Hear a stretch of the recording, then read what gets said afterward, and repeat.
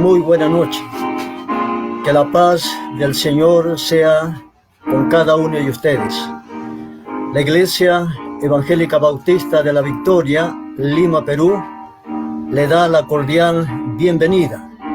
Que Dios lo bendiga y le guarde en todo momento. Los días miércoles estamos siguiendo un estudio acerca del ministerio del Señor Jesucristo. Y siempre, hermano, animándole a esperar a nuestro gran Salvador, Cristo Jesús. El día del Señor llegará inesperadamente y debemos estar todos esperando esa venida gloriosa de nuestro Señor, viviendo una vida de santidad en todo momento. En esta noche vamos a desarrollar la lección número 18, que la hemos titulado La primera señal milagrosa del Señor Jesús. Les invito a buscar su Biblia, el Evangelio según San Juan, capítulo 2. Y vamos a dar lectura los primeros versículos de Juan, capítulo 2. Dice así la palabra del Señor. Al tercer día se hicieron unas bodas en Caná de Galilea, y estaba allí la madre de Jesús. Y fueron también invitados a la boda Jesús y su discípulo. Y faltando el vino, la madre de Jesús le dijo: no tienen vino. Jesús le dijo: ¿qué tienes conmigo, mujer? Aún no ha venido mi hora. Su madre dijo a los que servían: haced todo lo que os dijere. Y estaba allí 6 tinajas de piedra para agua, conforme al rito de la purificación de los judíos, en cada una de las cuales cabían 2 o 3 cántaros. Jesús le dijo: llenad esta tinaja de agua, y la llenaron hasta arriba. Entonces le dijo: sacad ahora y llevarlo al maestresala. Y se lo llevaron, y cuando el maestresala probó el agua hecha vino, sin saber él de dónde era, aunque lo sabían los sirvientes que habían sacado el agua, llamó al esposo. Y le dijo: todo hombre sirve primero el buen vino, y cuando han bebido mucho, entonces el inferior. Mas tú has reservado el buen vino hasta ahora. Este principio de señales hizo Jesús en Caná de Galilea, y manifestó su gloria, y sus discípulos creyeron en él. Vamos a orar pidiendo la bendición del Señor en esta enseñanza. Oremos. Bendito y alabado sea, Señor, Rey del universo, en esta noche. Padre Santo, te adoramos y bendecimos tu gran nombre, Señor. Eres el Dios Todopoderoso, el Dios de amor, de gracia, de misericordia y de bondad. Eres el Dios, Señor, que escucha nuestras oraciones. Eres el Dios, Señor, que nos ves. Es el Dios que conoce, Señor, nuestras necesidades, nuestros problemas, nuestras dificultades. Eres el Dios, Señor, que tienes cuidado, Señor, en todo lo que nos sucede en este mundo.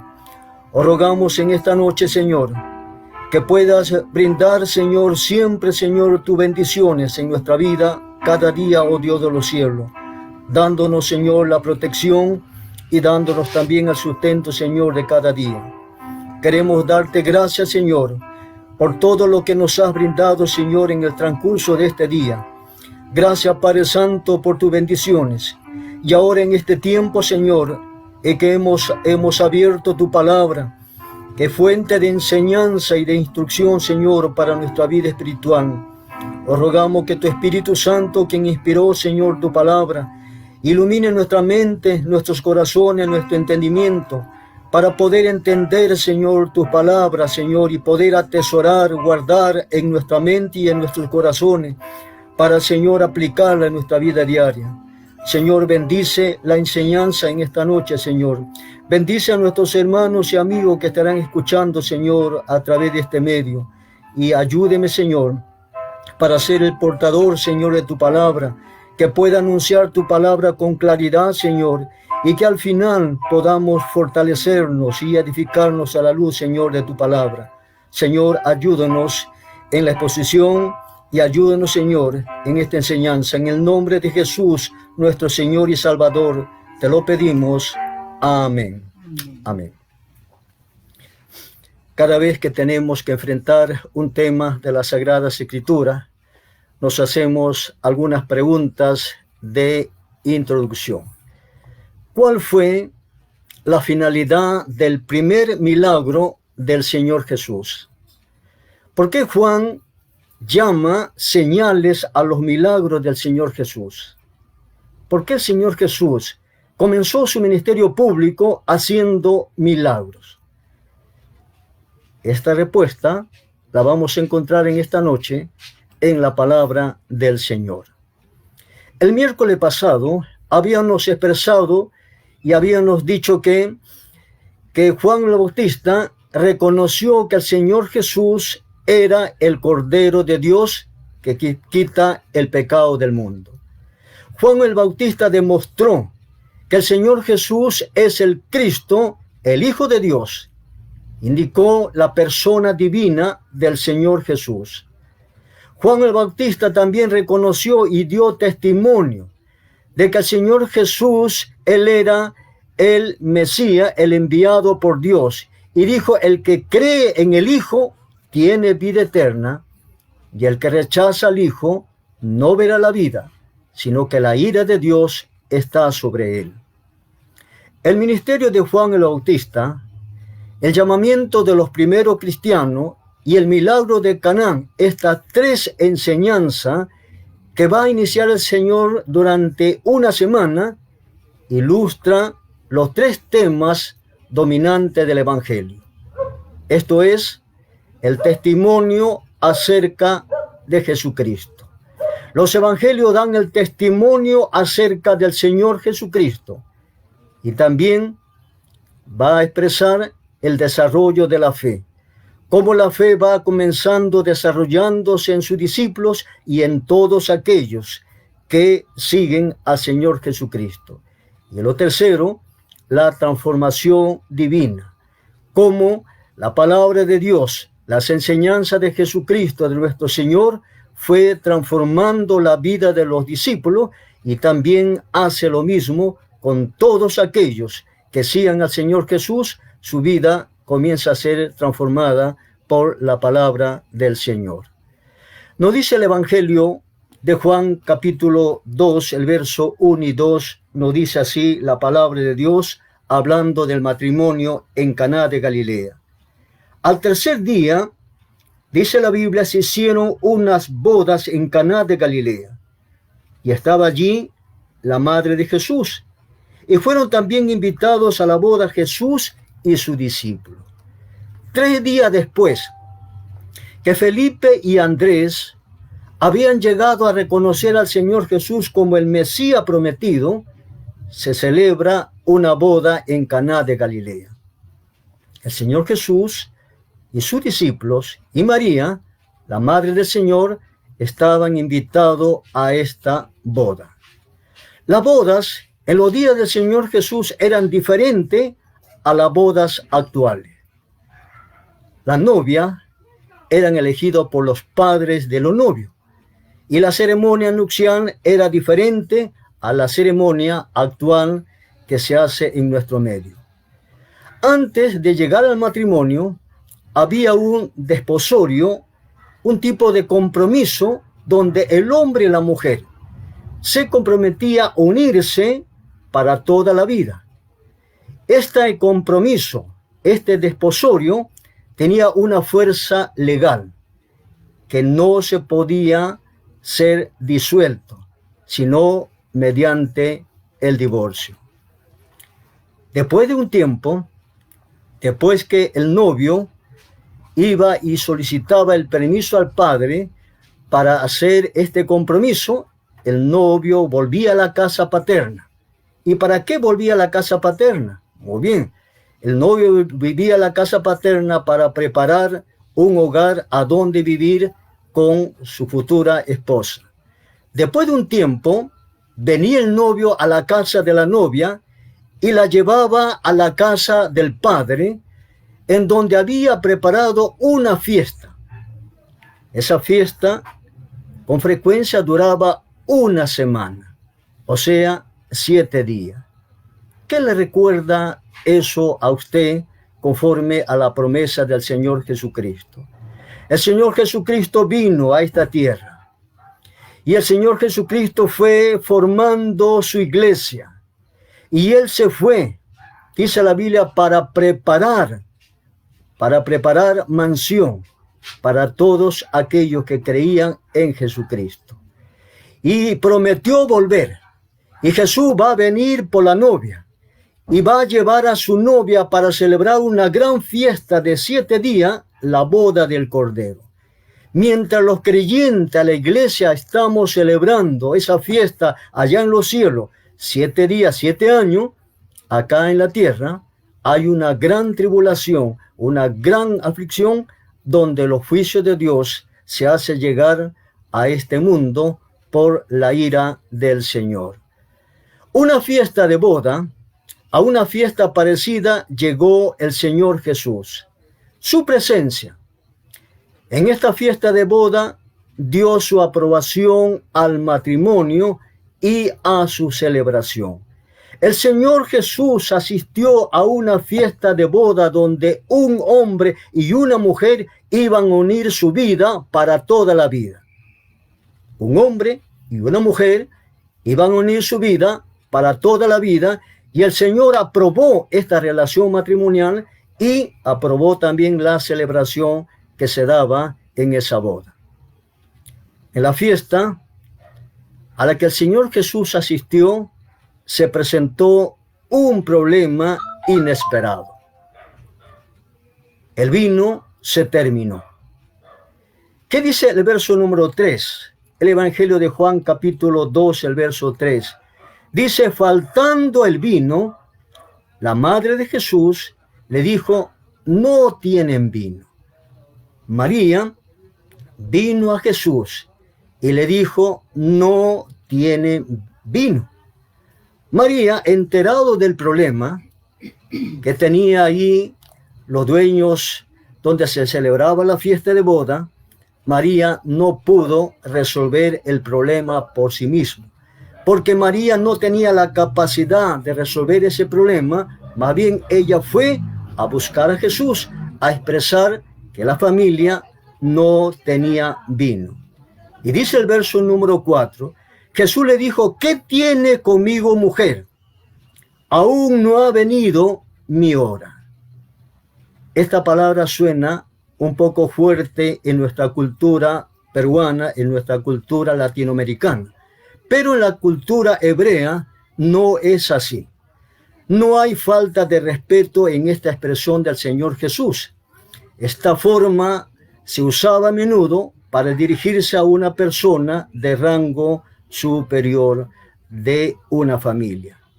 Esto reflejaba, la expresión del Señor Jesús a María reflejaba el amor y el respeto del Señor Jesús por su madre.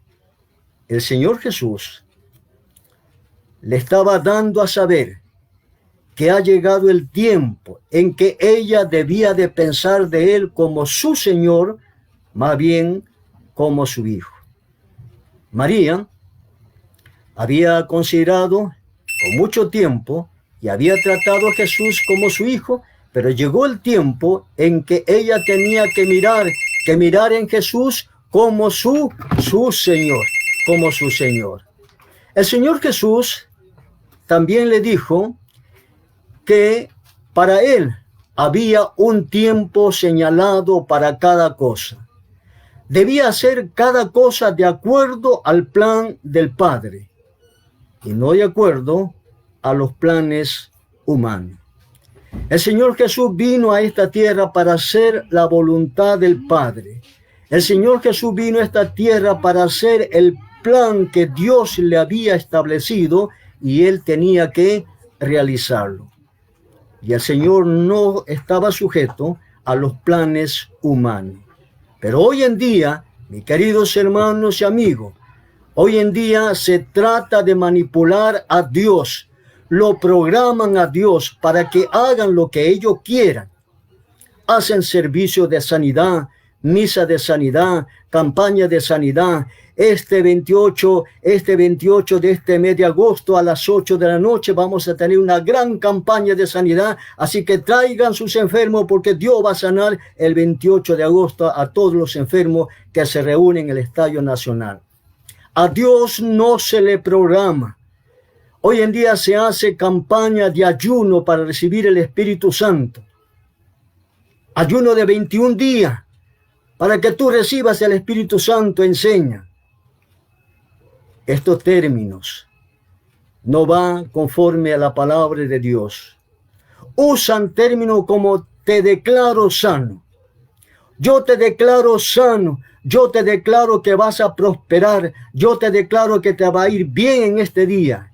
Y la pregunta es, ¿quién somos nosotros para declarar lo que Dios ha establecido hacer en sus planes para la gloria de Él? Esto no es el Dios de la Biblia. La persona, las instituciones o los creyentes que programan a Dios y que declaran sanos o de progreso a otra persona, eso no es el Dios de la Biblia. Porque el Dios de la Biblia es soberano. Él hace lo que quiere y como quiera, enseña la palabra de Dios. En el Evangelio de Juan, capítulo 2, el verso número 5, dice, su madre dijo a los que servían, haced todo lo que os dijere. Qué interesante. Con la respuesta que le había dado el Señor Jesús a María, María advirtió que la respuesta del Señor Jesús manifestaba su voluntad de ayudar, pero conforme al propósito del Señor Jesús. Y por tal forma, María dio instrucciones a los criados para que hicieran como el Señor Jesús ordenara. No se hizo conforme María quiso que se hiciera. Se hizo conforme Jesús, el Señor, quería que se hagan las cosas. Y María dijo, hagan todo lo que Él ordene. María entendió y aprendió que se debía hacer como el Señor quería y no como ella deseaba. Ella no podía hacer nada para resolver el problema que había ahí en la fiesta de boda. No podía hacer nada. Pero ella fue y buscó al que sí podía hacer algo, al que sí podía resolver ese problema. ¿Y quién era el que podía resolver ese problema? El Señor que estaba ahí en la fiesta de boda. El verso 6 y 7 de Juan 2, 6 y 7 dice así, y estaban allí 6 tinajas de piedra para agua, conforme al rito de la purificación de los judíos, en cada una de las cuales cabían 2 o 3 cántaros. Jesús le dijo, llenad esta tinaja de agua, y la llenaron hasta arriba. Los judíos usaban mucha agua en su ceremonia de purificación. Había en ese lugar 7 tinajes de piedra y cada uno contenía aproximadamente 80 litros de agua. El Señor Jesús ordenó a los criados llenar con agua la tinaja. No fue María, sino fue el Señor Jesús quien dio la orden de llenar esa tinaja vacía de agua. Las tinajas fueron llenadas de agua. Y luego el Señor una vez más ordenó y dijo, saquen un poco y que llevaran al maestro de la ceremonia de la fiesta de boda. ¿En qué momento el agua se transformó en vino? Veamos lo que dice Juan capítulo 2, el verso 8 al 10. Entonces le dijo, sacad ahora y llevarlo al maestresala. Y se lo llevaron. Y cuando el maestresala probó el agua hecha vino, sin saber él de dónde era, aunque lo sabían los sirvientes que habían sacado el agua, llamó al esposo. Muy bien. A sacar el agua, mientras que los sirvientes sacaban el agua para llevarle al maestro de ceremonia, se convirtió en vino. El Señor cambió el agua en vino. Fue el primer milagro del Señor Jesús. El Señor Jesús cambió la estructura molecular del agua de H2O a la estructura molecular del vino. CH3, CH2 más OH, una estructura totalmente diferente. Eso solamente lo hace Dios. Aquí el Señor Jesús estaba mostrando su deidad, su poder sobre los elementos químicos, sobre los elementos materiales de la naturaleza. Eso solamente lo hace Dios. No pudo ser un hombre, no lo pudo ser María, no lo pudo ser ningún discípulo, sino el Señor Jesús, porque Él es Dios todopoderoso. Fue una señal para que el pueblo supiera de que Él era el Cristo, el Hijo de Dios. Este milagro dio testimonio de la persona de Cristo. El verso 2:11 dice la palabra de Dios: este principio de señales hizo Jesús en Caná de Galilea y manifestó su gloria, y sus discípulos creyeron en él. Este principio de señales hizo Jesús en Caná de Galilea y manifestó su doxa, su gloria. Y sus discípulos creyeron en él, dice la palabra de Dios. ¿Qué significa manifestó su gloria?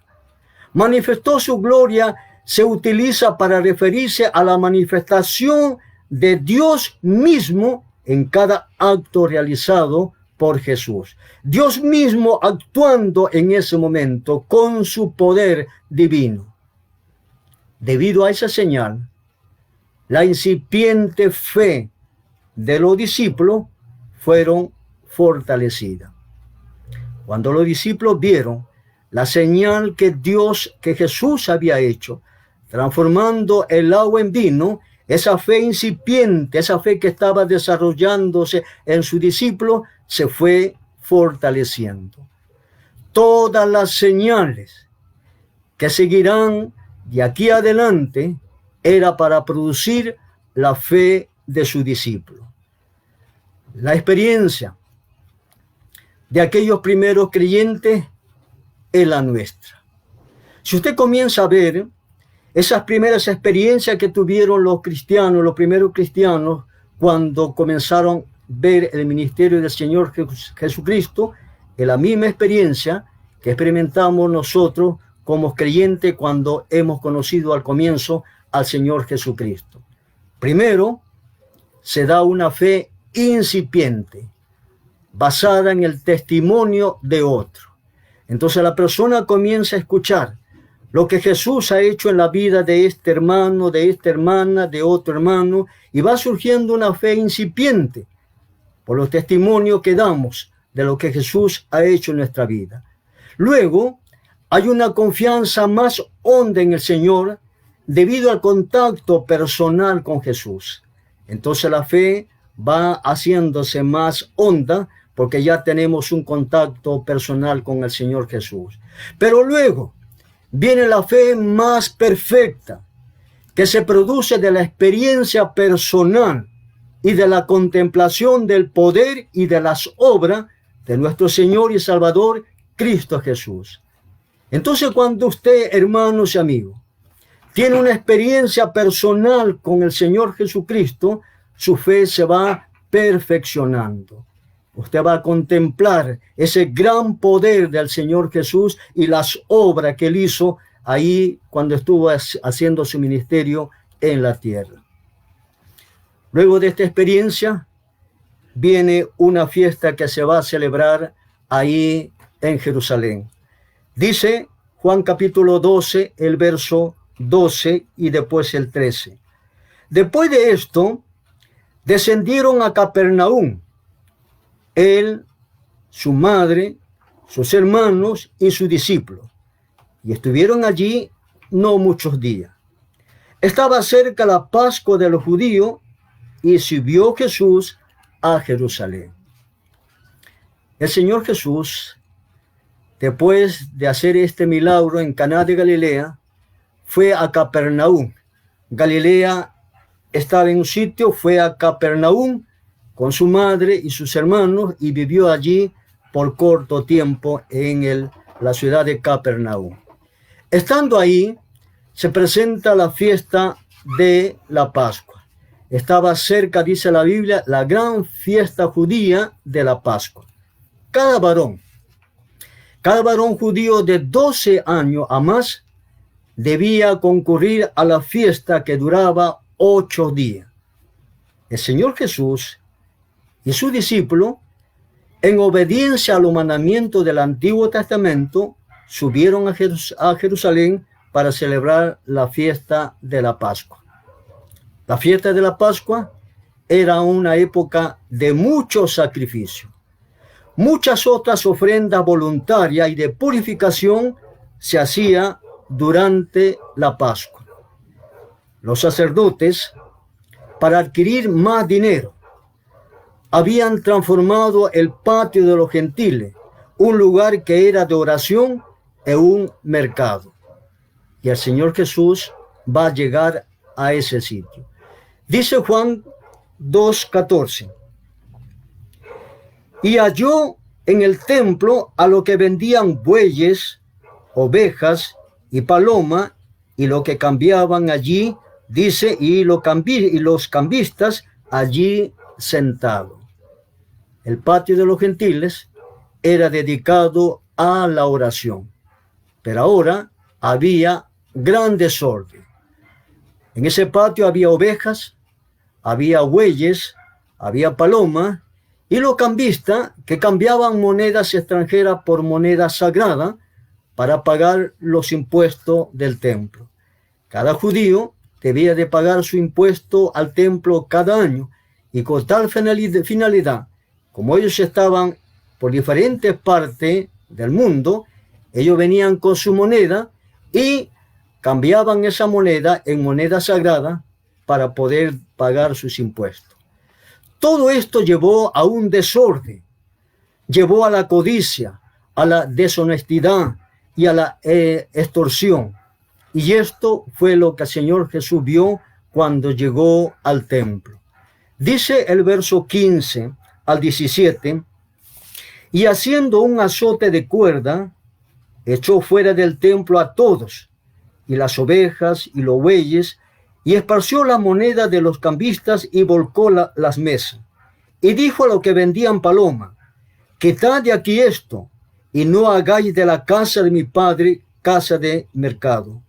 Entonces se acordaron sus discípulos, lo que está escrito, el celo de tu casa me consume. El Señor Jesús, al ver la perversidad en el templo, hizo un azote de cuerda y echó del templo a los comerciantes y a los animales que ellos tenían ahí en ese lugar. Volcó la mesa de los cambistas, y los discípulos en ese momento contemplaron a Jesús lo que hacía. Se quedaron admirados lo que Jesús estaba haciendo en el templo y recordaron la palabra del gran rey David. ¿Qué dijo David en el Salmo 69:9? ¿Por qué me consumió el celo de tu casa? El celo de tu casa me consume. El Señor Jesús estaba celoso de la pureza del culto de Dios, y como fuese autorizado divinamente, enderezó lo que encontró torcido. Con la limpieza del templo, el Señor Jesús le mostró al pueblo que ellos también necesitaban la purificación, que ellos también necesitaban ser limpios. El Señor se presentó a sí mismo como el juez que llevaría a cabo esta limpieza. El Señor es el que limpia nuestro pecado.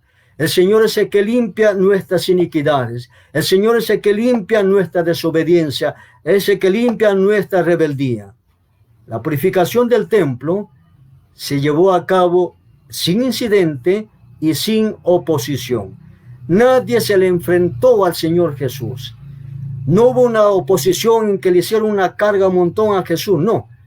Más bien ellos se quedaron sorprendidos de la actitud del Señor Jesús, que con autoridad volcó y echó fuera a todos los mercaderes del templo. Mi casa es casa de oración, y ustedes lo han hecho cueva de ladrones, dice la palabra del Señor. Ahí en Juan 2:18 dice: y los judíos respondieron y le dijeron: ¿qué señal nos muestra ya que hace esto? Los judíos exigieron saber con qué autoridad había hecho el Señor Jesús esto. Exigía una señal como prueba de su autoridad. Y el Señor le responde en el verso 19, respondiendo Jesús le dijo: destruir este templo y en 3 días lo levantaré. Interesante. El Señor Jesús le contestó: destruir este templo y en 3 días lo reedificaré. Los judíos pensaron que se refería al templo que ellos estaban en ese momento. Y mira el verso 20. Dijeron luego los judíos: en 46 años fue edificado este templo, y tú en 3 días lo levantarás. Como recordarán ustedes, este segundo templo fue construido cuando los judíos regresaron de la diáspora después de haber estado 70 años en Babilonia. Ellos regresaron a Jerusalén para reedificar el templo, ¿no? Y después vino Herodes el Grande y comenzó a remodelar el templo, y le tomaron un lapso de 46 años, ¿no?, para reedificar el templo. Y Jesús había dicho: destruir este templo y en 3 días lo reedificaré. Juan 21 y 22 dice la palabra del Señor: mas el Señor Jesús hablaba del templo de su cuerpo. Por tanto, cuando resucitó de entre los muertos, sus discípulos se acordaron de que había dicho esto y creyeron las Escrituras y la palabra que Jesús había dicho. El Señor Jesús hablaba de su resurrección y quería decir que su victoria, y quería el Señor mostrar que su victoria sobre la tumba sería la señal que ellos pedían. Ninguno entendió el significado de la palabra del Señor en ese momento. Pero después de la resurrección, los discípulos recordaron estas palabras secretas del Señor, la entendieron y creyeron. Fue necesario ellos entender para creer lo que Jesús había dicho. Con esa señal de la resurrección del Señor Jesús, nadie podía dudar que Él era el Cristo, el Hijo de Dios.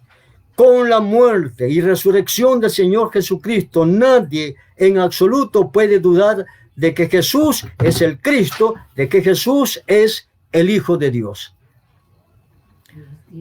Afirmar que su muerte y su resurrección va a ser la demostración indiscutible en cuanto a su persona y su misión divina. El verso 23 nos dice la palabra de Dios: estando en Jerusalén en la fiesta de la Pascua, muchos creyeron en su nombre, viendo las señales que hacía. El Señor Jesús hizo otras señales en Jerusalén. Y Pablo escribiendo, Juan escribiendo lo que el Señor Jesús había hecho, esas señales, él dice: el Señor Jesús hizo otras señales en Jerusalén. Y el número de los que creían en él crecía grandemente.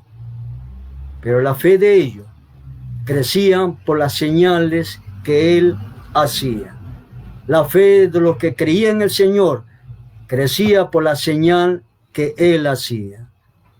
Pero el Señor sabía que algo más tenía que pasar con esa persona. Porque hay muchas personas que llegan al Señor Jesús porque el Señor le hizo un milagro, porque el Señor le resolvió un problema, porque el Señor le enseñó, le el Señor le ayudó a encontrar un trabajo o cualquier otro motivo, las personas llegan al Señor Jesús. Pero la fe de ellos crecían, dice, por la señal que el Señor Jesús hacía.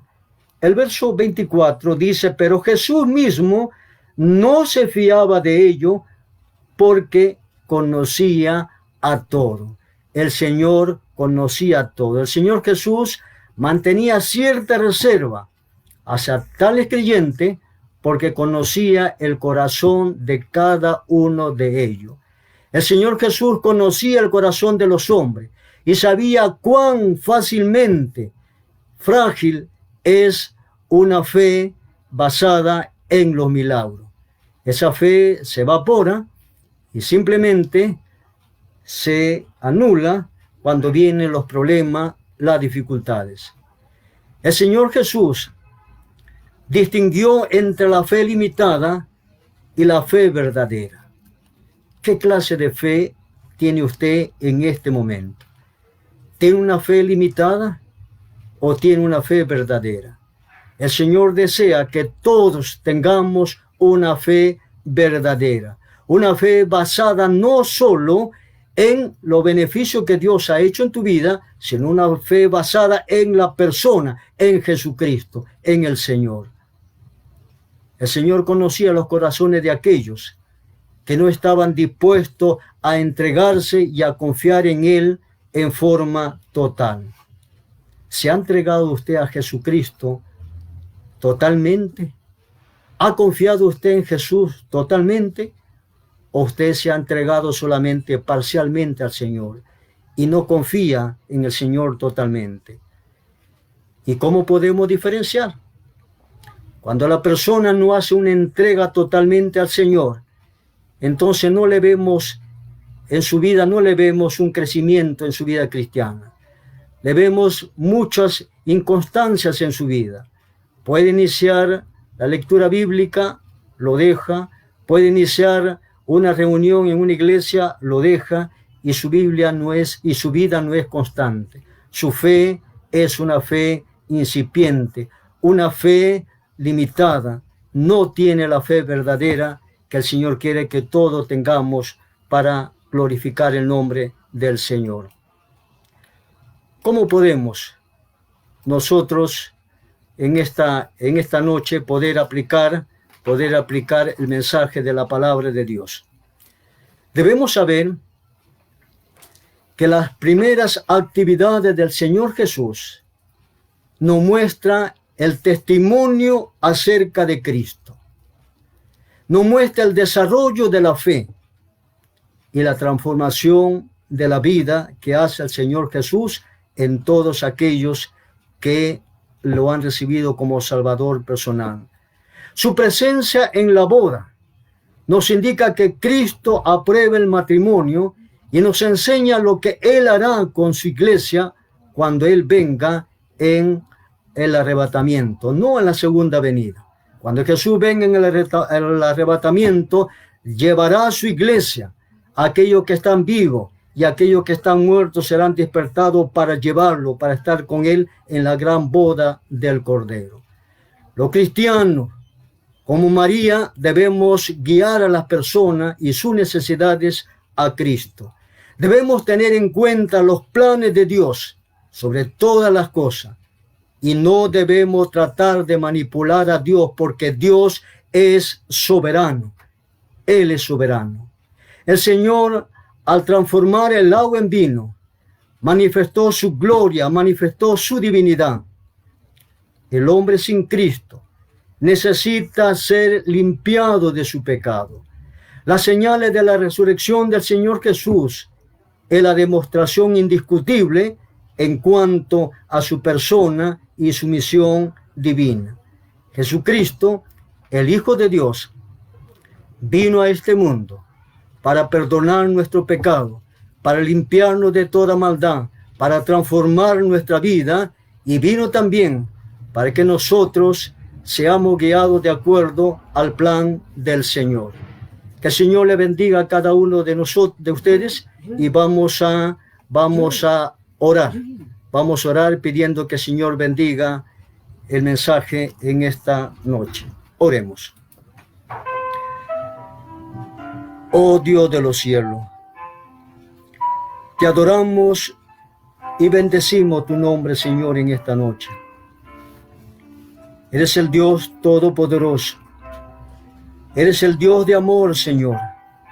Eres el Dios, Señor, que has trazado un plan, Señor, para este mundo. Y nos has enseñado en esta noche, Señor, que tu Hijo amado, nuestro Señor Jesucristo, vino para hacer tu voluntad, Señor, y para poder guiarse bajo ese plan que tú habías trazado, oh Dios de los cielos. Señor, gracias porque nos has enseñado que no debemos programarte ni manipularte, porque tú eres el Dios soberano, Señor. Gracias que nos has enseñado que tenemos que limpiar, Señor, nuestra vida de los pecados, Señor, que cometemos. Gracias, Señor, porque nos has enseñado también en esta noche, Padre Santo, que debemos glorificarte a ti en todo momento, oh Dios de los cielos. Gracias por tu palabra, que fuente de enseñanza, de instrucción, Señor, para nuestra vida espiritual. Gracias por Jesucristo, nuestro amado Salvador, Señor. Padre Santo, os suplico tu bendición sobre nuestros hermanos y amigos. Síguele, Señor, bendiciéndole, sustentándole y protegiéndole. Queremos encomendarle, Señor, y encomendarnos todos, Señor, para tu protección y tu sustento. Te pedimos tu bendición en el nombre de Jesucristo, nuestro Señor y Salvador. Amén. Amén. Que el Señor le bendiga. Muy buena noche.